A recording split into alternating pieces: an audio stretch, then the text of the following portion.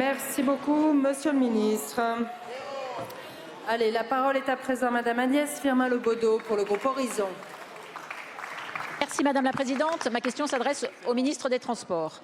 Monsieur le ministre, le 12 juin dernier, un arrêté du Conseil d'État validant le schéma environnemental directeur de la région Île-de-France a suscité inquiétude, interrogation des élus normands, des acteurs économiques, du monde maritime. Ce schéma, en fait, ne fait aucune allusion à la ligne nouvelle Paris-Normandie.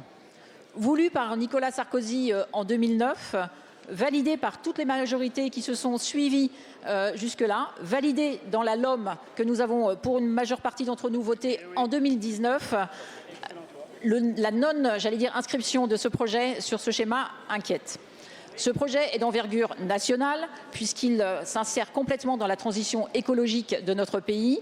Il va permettre d'améliorer le transport à la fois des Franciliens et des Normands pour aller jusqu'au Havre et jusqu'à Cherbourg. Il va permettre, et il devrait permettre, d'évacuer par fret ferroviaire les containers qui embarquent ou qui arrivent au Havre.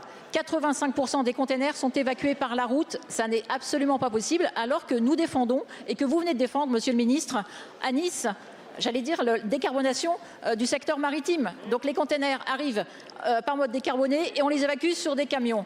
Monsieur le Ministre, j'ai 3 questions simples. La première, merci de lever l'interprétation qui a fait que ce projet était abandonné. La deuxième, confirmez-vous l'engagement de l'État auprès de la SNCF et des élus pour développer ce projet de LNPN qui est nécessaire? Et la troisième, présidez-vous le 1er juillet le conseil de pilotage auprès du préfet Castel pour assurer que l'État s'engage vraiment aux côtés de tous les acteurs? Merci beaucoup, Madame la députée. La parole est à Monsieur Philippe Tabarot, ministre en charge des Transports. Merci.